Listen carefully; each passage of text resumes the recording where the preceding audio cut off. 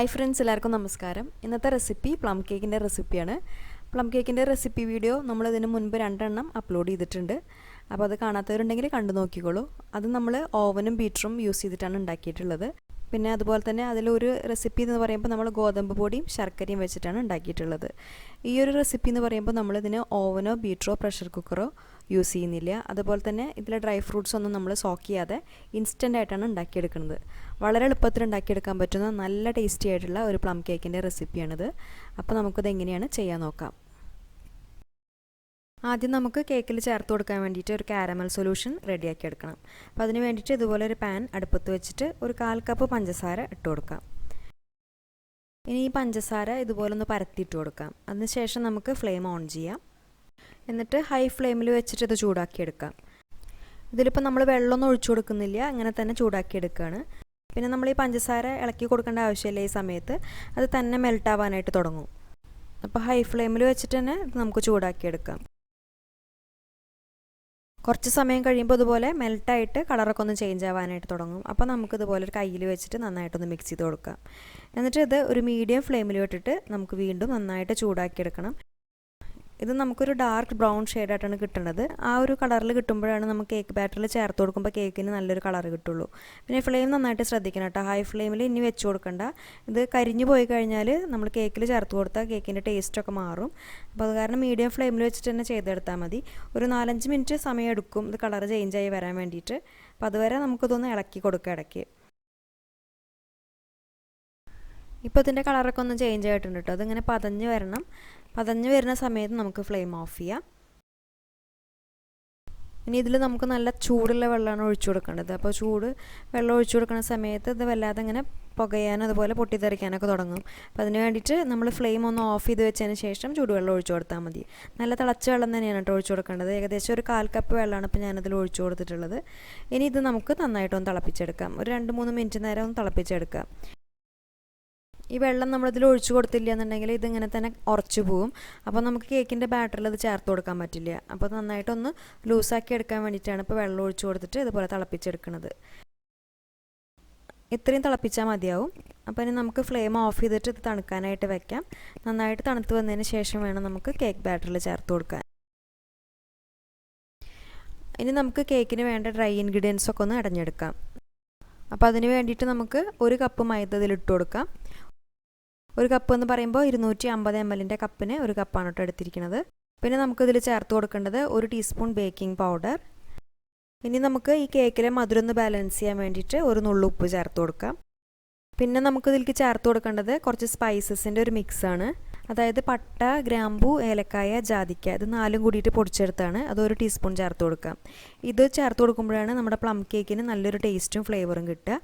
അപ്പോൾ അത് ചേർത്ത് കൊടുക്കാം. എന്നിട്ട് ഇതുപോലെ ഒന്ന് മിക്സ് ചെയ്ത് കൊടുത്തതിന് ശേഷം ഇതെല്ലാം കൂടിയിട്ടൊന്ന് ഇടഞ്ഞെടുക്കാം. ഈ എല്ലാ പൊടികളും ഒരുപോലെ ഒന്ന് മിക്സായി കിട്ടാൻ വേണ്ടിയിട്ടാണ് കേട്ടോ നമ്മളിങ്ങനെ ചെയ്യണത്. ഇനി ഇതുപോലെ ഒന്ന് മിക്സ് ചെയ്ത് കൊടുത്തതിന് ശേഷം നമുക്കിത് മാറ്റി വയ്ക്കാം. ഇനി നമുക്ക് കേക്കിൽ ചേർത്ത് കൊടുക്കാൻ വേണ്ടിയിട്ടുള്ള ഡ്രൈ ഫ്രൂട്ട്സൊക്കെ ഒന്ന് റെഡിയാക്കി വയ്ക്കാം. അപ്പോൾ അതിന് വേണ്ടിയിട്ട് നമ്മളിപ്പോൾ ഇവിടെ കുറച്ച് ഡേറ്റ്സ് ചെറുതായിട്ട് കട്ട് ചെയ്തെടുത്തിട്ടുണ്ട്. പിന്നെ നമ്മൾ കുറച്ച് കറുത്ത മുന്തിരി എടുത്തിട്ടുണ്ട്. പിന്നെ കുറച്ച് ട്യൂട്ടി ഫ്രൂട്ടി, അത് 2 കളറിലാണ് എടുത്തിട്ടുള്ളത്. പിന്നെ നമ്മൾ കുറച്ച് ചെറിയും ഇതുപോലെ കട്ട് ചെയ്ത് വെച്ചിട്ടുണ്ട്. പിന്നെ അത് കൂടാതെ കുറച്ച് അണ്ടിപ്പരിപ്പും ബദാമും കൂടിയിട്ട് കട്ട് ചെയ്തെടുത്തിട്ടുണ്ട്. അപ്പോൾ ഈ ഡ്രൈ ഫ്രൂട്ട്സ്, നട്ട്സ് എന്നൊക്കെ പറയുമ്പോൾ നമ്മുടെ ഇഷ്ടത്തിനനുസരിച്ച് ഏത് വേണമെന്നുണ്ടെങ്കിലും എടുക്കാം. പിന്നെ അതിൻ്റെ അളവും അതെ നമുക്ക് എത്രയാണോ വേണ്ടത് വെച്ചാൽ അതിനനുസരിച്ച് ചേർത്ത് കൊടുക്കാം. നമ്മളിപ്പോൾ ഇവിടെ ഇതെല്ലാം കൂടിയിട്ട് 1 കപ്പും പിന്നെ കുറച്ച് കൂടുതലും ചേർത്ത് കൊടുക്കുന്നുണ്ട്.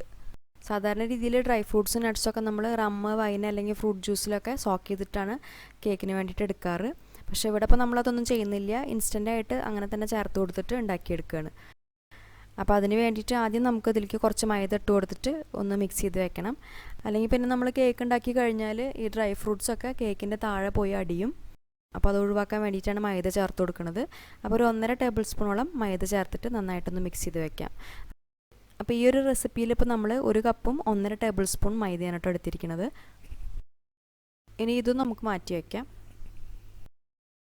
ഇനി അടുത്തതായിട്ട് നമുക്ക് കേക്ക് ബേക്ക് ചെയ്യാനായിട്ടുള്ള പാത്രം റെഡിയാക്കി വെക്കാം. ഞാനിപ്പോൾ ഇതുപോലെ ഒരു കേക്ക് ടിന്നാണ് എടുത്തിരിക്കുന്നത്. ഇതിന് പകരമായിട്ട് നമുക്ക് ഏത് പാത്രത്തിലും കേക്ക് ബേക്ക് ചെയ്തെടുക്കാം. അപ്പോൾ നമുക്ക് സോസ് പാനിൽ വേണമെന്നുണ്ടെങ്കിൽ അങ്ങനെ ചെയ്യാം, ഫ്രൈ പാനിൽ വേണമെന്നുണ്ടെങ്കിൽ അങ്ങനെ ചെയ്യാം. അല്ല ഇനിയിപ്പോൾ സാധാരണ ഒരു സ്റ്റീൽ പാത്രത്തിലാണെന്നുണ്ടെങ്കിൽ അങ്ങനെയും കേക്ക് ബേക്ക് ചെയ്തെടുക്കാം.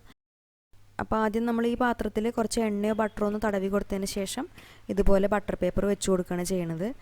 അപ്പോൾ അങ്ങനെയാകുമ്പോൾ കേക്ക് നമ്മൾ ബേക്ക് ചെയ്തെടുക്കുന്ന സമയത്ത് അടിയിലും സൈഡിലൊന്നും ഒട്ടിപ്പിടിക്കാതെ നന്നായിട്ട് തന്നെ നമുക്ക് ബേക്ക് ചെയ്തെടുക്കാൻ പറ്റും. ഇനി നമുക്ക് കേക്ക് ബേക്ക് ചെയ്യാൻ വേണ്ടിയിട്ട് ഇതുപോലെ ഒരു പാത്രം പ്രീ ഹീറ്റ് ചെയ്യാനായിട്ട് വെക്കാം. ഞാനിപ്പോൾ ഇവിടെ നോൺ സ്റ്റിക്കിൻ്റെ ഒരു പാത്രത്തിലാണ് കേക്ക് ബേക്ക് ചെയ്തെടുക്കുന്നത്. ഇതുപോലെ ഒരു സ്റ്റാൻഡ് വെച്ച് കൊടുത്തിട്ടുണ്ട്. എന്നിട്ട് ഇത് അടച്ചു വെച്ചിട്ട് നമുക്ക് 10 മിനിറ്റ് നേരം മീഡിയം ഫ്ലെയിമിൽ പ്രീ ഹീറ്റ് ചെയ്യാനായിട്ട് വെക്കാം. ഇതിന് പകരമായിട്ട് നമുക്ക് അടികട്ടിയുള്ള ഏത് പാത്രം എടുക്കാം. കുക്കറിൽ വേണമെന്നുണ്ടെങ്കിൽ കുക്കറിലും പ്രീ ഹീറ്റ് ചെയ്യാനായിട്ട് വെക്കാം.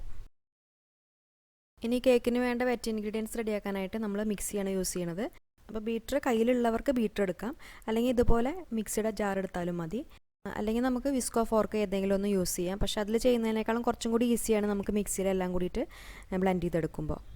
അപ്പോൾ ജാർ എടുക്കുമ്പോൾ ജാറിൽ തീരെ വെള്ളത്തിൻ്റെ അംശം പാടില്ല കേട്ടോ. ജാറിൽ മാത്രമല്ല, നമ്മൾ കേക്ക് ഉണ്ടാക്കാനായിട്ട് എടുക്കുന്ന പാത്രങ്ങളിലും അതുപോലെ തന്നെ നമ്മൾ ബീറ്റർ യൂസ് ചെയ്യുന്നുണ്ടെങ്കിൽ ബീറ്ററിൻ്റെ ബ്ലേഡ് അതിലൊന്നിലും തീരെ വെള്ളത്തിൻ്റെ അംശം പാടില്ല. അതെല്ലാം നന്നായിട്ട് തുടച്ച് വൃത്തിയാക്കിയിട്ട് വേണം നമ്മൾ കേക്ക് ഉണ്ടാക്കാനായിട്ട് എടുക്കാൻ. അപ്പോൾ ആദ്യം നമുക്ക് ഇതിലേക്ക് 2 മുട്ട ചേർത്ത് കൊടുക്കാം. മുട്ട റൂം ടെമ്പറേച്ചറിലുള്ള മുട്ടയാണ് ചേർത്ത് കൊടുക്കേണ്ടത്. കേക്കിനായിട്ടുള്ള എല്ലാ ഇൻഗ്രീഡിയൻസും റൂം ടെമ്പറേച്ചറിലുള്ള തന്നെ എടുക്കാനായിട്ട് നോക്കുക.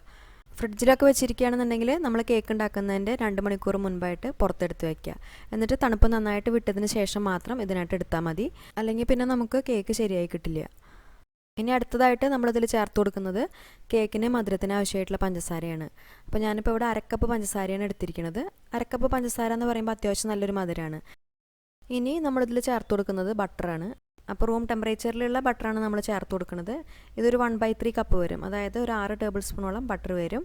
പിന്നെ നമ്മളിതിൻ്റെ കൂട്ടത്തിൽ കുറച്ച് എണ്ണയും കൂടി ചേർത്ത് കൊടുക്കുന്നുണ്ട്. അപ്പോൾ ഒരു 1/4 കപ്പ് എണ്ണയും ചേർത്ത് കൊടുക്കാം. എണ്ണ എന്ന് പറയുമ്പോൾ ഞാനിവിടെ സൺഫ്ലവർ ഓയിലാണ് എടുത്തിരിക്കുന്നത്. മണമില്ലാത്ത ഏത് എണ്ണയും നമുക്കിതിനായിട്ട് എടുക്കാം. കേക്കിൽ നമുക്ക് ബട്ടർ മാത്രം മതി എന്നുണ്ടെങ്കിൽ ബട്ടർ ഇത്ര അളവിൽ ചേർത്ത് കൊടുക്കാം. അല്ലെങ്കിൽ ഇപ്പോൾ ബട്ടർ വേണ്ട, എണ്ണയിലാണ് നമ്മൾ ഉണ്ടാക്കുന്നത് വെച്ചാൽ ഇതേ അളവിൽ തന്നെ എണ്ണ എടുത്താലും മതി. അതായത് രണ്ടും ചേർത്ത് മൊത്തം ഒരു 10 ടേബിൾ സ്പൂണോളം വരും. അത്രയും ബട്ടറും എണ്ണയാണ് നമ്മൾ ഇതിനായിട്ട് എടുത്തിട്ടുള്ളത്. ഇനി ഇതെല്ലാം കൂടിയിട്ട് നമുക്ക് നന്നായിട്ട് ബ്ലെൻഡ് ചെയ്തെടുക്കാം. അപ്പോൾ ഒരു 1-1.5 മിനിറ്റ് വരെ നമുക്ക് നന്നായിട്ട് അടിച്ചെടുക്കണം. അപ്പോഴാണ് ഇതിൽ പഞ്ചസാരയൊക്കെ നന്നായിട്ട് മെൽട്ടായിട്ട് നല്ലൊരു ടെക്സ്ചറായിട്ട് കിട്ടുള്ളൂ. അപ്പോൾ അതുവരെ നന്നായിട്ട് അടിച്ചെടുക്കുക. ഹൈ സ്പീഡിലിട്ടിട്ട് തന്നെ നമുക്കിത് അടിച്ചെടുക്കാം. ഇനി നമുക്ക് കേക്കിലെ മുട്ടയുടെ സ്മെല്ലൊക്കെ ഒന്ന് കുറയാനും അതുപോലെ കേക്കിന് നല്ലൊരു ഫ്ലേവറൊക്കെ കിട്ടാൻ വേണ്ടിയിട്ട് ഒരു 1/2 ടീസ്പൂൺ വാനില എസൻസ് ചേർത്ത് കൊടുത്തിട്ട് നന്നായിട്ടൊന്ന് ബ്ലെൻഡ് ചെയ്തെടുക്കാം. ഈ വാനില എസൻസ് നമ്മൾ ആദ്യം അടിച്ചെടുത്ത സമയത്ത് തന്നെ ചേർത്ത് കൊടുത്താലും മതി. ഇപ്പോൾ ഈ അടിച്ചെടുത്തിട്ടുള്ള മിക്സ് നമ്മൾ ഇതുപോലെ ഒരു ബൗളിലേക്ക് ഒഴിച്ചിട്ടുണ്ട്. ഇനി നമുക്കിതിലേക്ക് നേരത്തെ നമ്മൾ റെഡിയാക്കി വെച്ചിട്ടുള്ള മൈദയുടെ മിക്സ് കുറച്ചായിട്ട് ഇട്ട് കൊടുത്തിട്ട് ഇതൊന്ന് നന്നായിട്ട് മിക്സ് ചെയ്തെടുക്കാം. അപ്പോൾ ഒരേ ഡയറക്ഷനിൽ തന്നെ മിക്സ് ചെയ്യാനായിട്ട് നോക്കുക. പിന്നെ അതുപോലെ തന്നെ മിക്സ് ചെയ്യുമ്പോൾ കട്ടകളില്ലാത്ത രീതിയിൽ വേണം കേട്ടോ മിക്സ് ചെയ്തെടുക്കാൻ. ഈ ഒരു മൈദ മിക്സ് നമുക്ക് 2-3 പ്രാവശ്യം ഇതുപോലെ ഇട്ട് കൊടുത്തിട്ട് നന്നായിട്ടൊന്ന് ഫോൾഡ് ചെയ്തെടുക്കാം. ഇനി നമുക്ക് ഇതിലേക്ക് ഒരു 3 ടേബിൾ സ്പൂൺ ഓറഞ്ച് ജ്യൂസ് ചേർത്ത് കൊടുക്കാം. ഞാനിപ്പോൾ ഇവിടെ ഫ്രഷ് ആയിട്ടുള്ള ഓറഞ്ച് ജ്യൂസാണ് എടുത്തിരിക്കുന്നത്. പിന്നെ ഈ ഓറഞ്ച് ജ്യൂസിന് പകരമായിട്ട് നമുക്ക് വേണമെന്നുണ്ടെങ്കിൽ ഗ്രേപ്പ് ജ്യൂസും ചേർത്ത് കൊടുക്കാം. പിന്നെ ഈ ഓറഞ്ച് ജ്യൂസിൻ്റെ കൂട്ടത്തിൽ നമുക്ക് കുറച്ച് ഓറഞ്ചിൻ്റെ തൊലി കൂടി ചേർത്ത് കൊടുക്കുന്നുണ്ട്. ഇതിപ്പോൾ നമ്മൾ ഓറഞ്ചിൻ്റെ തൊലി അങ്ങനെ ഗ്രേറ്റ് ചെയ്തെടുത്തിട്ടാണ് ചേർത്ത് കൊടുക്കുന്നത്. ഓറഞ്ച് സെസ്റ്റ് എന്ന് പറഞ്ഞിട്ട് നമുക്ക് വാങ്ങിക്കാനും കിട്ടും. അപ്പോൾ അതുണ്ടെങ്കിൽ അത് ചേർത്ത് കൊടുത്താലും മതി, അല്ലെങ്കിൽ ഓറഞ്ച് ജാം ചേർത്ത് കൊടുത്താലും മതി. ഇതൊക്കെ ചേർത്ത് കൊടുക്കുമ്പോഴാണ് പ്ലം കേക്കിന് പെർഫെക്റ്റ് ആയിട്ടുള്ള ടേസ്റ്റും ഫ്ലേവറൊക്കെ കിട്ടുക. ഇവിടെ ഇപ്പോൾ നമ്മൾ ഈ ഓറഞ്ചിൻ്റെ തൊലി 1 ടേബിൾ സ്പൂണാണ് കേട്ടോ ചേർത്ത് കൊടുത്തിരിക്കുന്നത്. ഇനി ഇതൊന്നും അങ്ങോട്ട് മിക്സ് ചെയ്ത് കൊടുത്തതിന് ശേഷം നമ്മൾ നേരത്തെ കാരമലൈസ് ചെയ്ത് വെച്ചിട്ടുള്ള പഞ്ചസാര ചേർത്ത് കൊടുക്കാം. എന്നിട്ട് നന്നായിട്ടൊന്ന് മിക്സ് ചെയ്തെടുക്കാം. അതിനുശേഷം നമ്മൾ നേരത്തെ മാറ്റി വെച്ചിട്ടുള്ള ഡ്രൈ ഫ്രൂട്ട്സ് ഇതിലേക്ക് ചേർത്ത് കൊടുത്തിട്ട് ഒന്ന് മിക്സ് ചെയ്തെടുക്കാം. അപ്പോൾ ഡ്രൈ ഫ്രൂട്ട്സ് ചേർത്ത് കൊടുത്തതിന് ശേഷം നമ്മൾ ഒരുപാട് അങ്ങോട്ട് മിക്സ് ചെയ്യേണ്ട, ജസ്റ്റ് ഒന്ന് അങ്ങോട്ട് മിക്സ് ആയി കിട്ടിയാൽ മതി. ഇപ്പോൾ നമ്മുടെ പ്ലം കേക്കിനുള്ള ബാറ്റർ റെഡിയായി. ഇനി നമുക്കിത് ബേക്ക് ചെയ്തെടുക്കാൻ വേണ്ടിയിട്ട് നമ്മൾ നേരത്തെ റെഡിയാക്കി വെച്ചിട്ടുള്ള കേക്ക് ടിന്നിൽ ഒഴിച്ചു കൊടുക്കാം. അപ്പോൾ ഈ പ്ലം കേക്കിനുള്ള ബാറ്ററിൻ്റെ കൺസിസ്റ്റൻസി എന്ന് പറയുമ്പോൾ ഇതുപോലെ കുറച്ച് തിക്കായിട്ടുള്ള രീതിയിലാണ് കേട്ടോ വേണ്ടത്. ഇനി നമുക്കിതിൽ വല്ല എയർ ബബിൾസ് ഉണ്ടെങ്കിൽ അത് പോകാൻ വേണ്ടിയിട്ട് ഇതുപോലെ 2-3 പ്രാവശ്യം ഒന്ന് ടാപ്പ് ചെയ്ത് കൊടുക്കാം. പിന്നെ ഇതിൻ്റെ മേലെ നമ്മൾ കുറച്ച് അണ്ടിപ്പരിപ്പ് ഇതുപോലെ വെച്ച് കൊടുത്തിട്ടുണ്ട് കേട്ടോ. നിർബന്ധമില്ല, ഒരു ഭംഗിക്ക് വേണ്ടിയിട്ട് ചെയ്തു എന്ന് മാത്രം. ഇനി നമുക്കിത് ബേക്ക് ചെയ്തെടുക്കാൻ വേണ്ടിയിട്ട് നേരത്തെ പ്രീ ഹീറ്റ് ചെയ്യാൻ വെച്ചിട്ടുള്ള പാത്രത്തിലേക്ക് വെച്ച് കൊടുക്കാം. എന്നിട്ട് അടച്ചു വെച്ചിട്ട് ബേക്ക് ചെയ്തെടുക്കാം.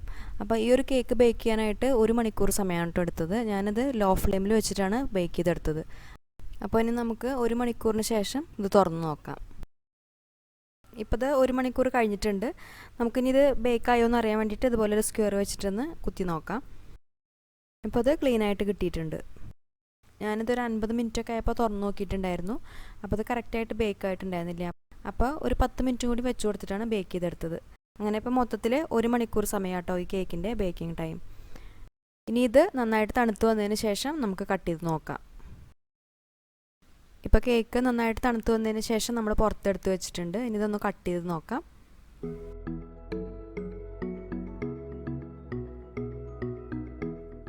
കണ്ടോ, നല്ല പെർഫെക്റ്റ് ആയിട്ട് കിട്ടിയിട്ടുണ്ട്. നല്ല സോഫ്റ്റ് ആയിട്ടുള്ള അതുപോലെ കുറച്ച് മോയിസ്റ്റ് ആയിട്ടുള്ള ഒരു കേക്കാണിത്. നമ്മളിതിൽ ഡ്രൈ ഫ്രൂട്ട്സ് ഒന്നും സോക്ക് ചെയ്യാതെയാണ് ഉണ്ടാക്കിയിരിക്കുന്നത്. എന്നാലും അതിൻ്റെ ടേസ്റ്റിനൊന്നും യാതൊരു വ്യത്യാസമില്ല. നമ്മൾ പുറത്തുനിന്നൊക്കെ ബേക്കറിയിൽ നിന്നൊക്കെ വാങ്ങിക്കഴിക്കുന്ന പ്ലം കേക്കിൻ്റെ അതേ ടേസ്റ്റ് തന്നെയാണ്. ഇതൊരു 2 ദിവസമൊക്കെ കഴിഞ്ഞിട്ട് കഴിക്കുമ്പോഴാണ് കൂടുതൽ ടേസ്റ്റ് ഉണ്ടാവുക. അപ്പോൾ ഈ ക്രിസ്മസിന് ഇതുവരെ പ്ലം കേക്ക് ഉണ്ടാക്കാത്തവരുണ്ടെങ്കിൽ ഈ രീതിയിലൊന്ന് ഉണ്ടാക്കി നോക്കൂ. ഉണ്ടാക്കി നോക്കുന്ന സമയത്ത് അഭിപ്രായം അറിയിക്കൂ. പിന്നെ ഈ വീഡിയോ ഇഷ്ടപ്പെട്ട ലൈക്ക് ചെയ്യാനും ഷെയർ ചെയ്യാനും മറക്കരുത്. അതുപോലെ ഈ ചാനൽ ഇതുവരെ സബ്സ്ക്രൈബ് ചെയ്യാത്തവരുണ്ടെങ്കിൽ ഒന്ന് സബ്സ്ക്രൈബ് ചെയ്ത് സപ്പോർട്ട് ചെയ്യുക. അപ്പോൾ ഇനി നല്ല നല്ല റെസിപ്പീസായിട്ട് വീണ്ടും വരാം. താങ്ക്